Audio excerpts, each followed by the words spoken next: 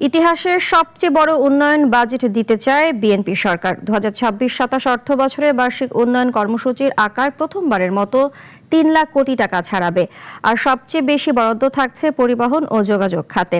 আর উন্নয়ন কর্মকাণ্ড চালাতে 1,10,000 কোটি টাকা ঋণ করতে চায় সরকার। সাইদ আরমানের রিপোর্টে বিস্তারিত। বিগত আওয়ামী লীগ সরকারের আমলের উন্নয়ন ব্যয় নিয়ে জনমনে নানা প্রশ্ন রয়েছে। ব্যয়ের অর্থ যতটা উন্নয়ন প্রকল্পে গেছে তার থেকে বেশি অপচয় হয়েছে বলে মনে করা হচ্ছে। এমনও শোনা যায় এসব দুর্নীতির অর্থ বিদেশে পাচার করা হয়েছে। কেবল দুর্নীতি নয়, অপ্রয়োজনীয় অনেক প্রকল্পও হাতে নেওয়া হয় তখন। বাস্তবায়নে থাকা অনেক প্রকল্প এখন সরকারের গলার কাটা। তবে নতুন রাজনৈতিক সরকারও প্রথম বাজেটেই বিপুল উন্নয়ন ব্যয় চূড়ান্ত করতে যাচ্ছে। আকার হতে পারে 3,09,000 কোটি টাকা।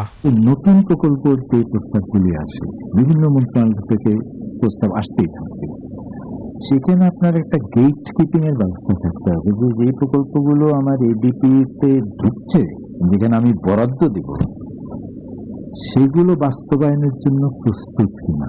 জানা গেছে শনিবার বিশেষ বৈঠকে বার্ষিক উন্নয়ন কর্মসূচি এডিপির খসড়া চূড়ান্ত হবে। তারপর সোমবার এটি জাতীয় অর্থনৈতিক পরিষদের বৈঠকে তোলা হবে চূড়ান্ত অনুমোদনের জন্য।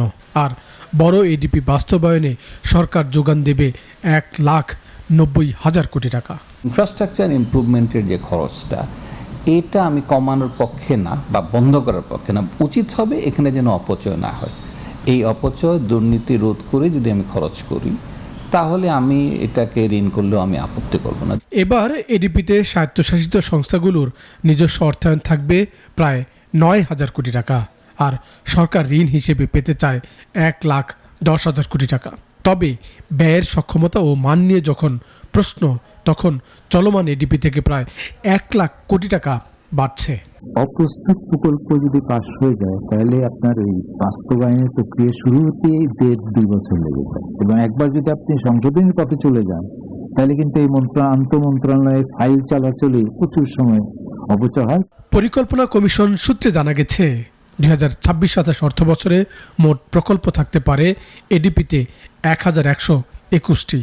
আর যোগাযোগ ও পরিবহন খাতে থাকছে সবচেয়ে বেশি বরাদ্দ। বিপুল জনরায় নিয়ে সরকার গঠন করেছে বিএনপি। জনগণের আকাঙ্ক্ষা এবং তাদের নির্বাচনী প্রতিশ্রুতি বাস্তবায়নে এ যাবৎকালে সর্বোচ্চ বার্ষিক উন্নয়ন কর্মসূচি দিতে চায় এই সরকার। তবে বিশ্লেষকরা বলছেন উচ্চবিলাসী প্রকল্প হাতে নেওয়া যাবে না। একই সঙ্গে সতর্ক থাকতে হবে তহবিল তছরুপ এবং প্রকল্পের নামে যাতে অর্থ লোপাট না হয়। সাইদ আরমান, নাগরিক পরিকল্পনা কমিশন, ঢাকা।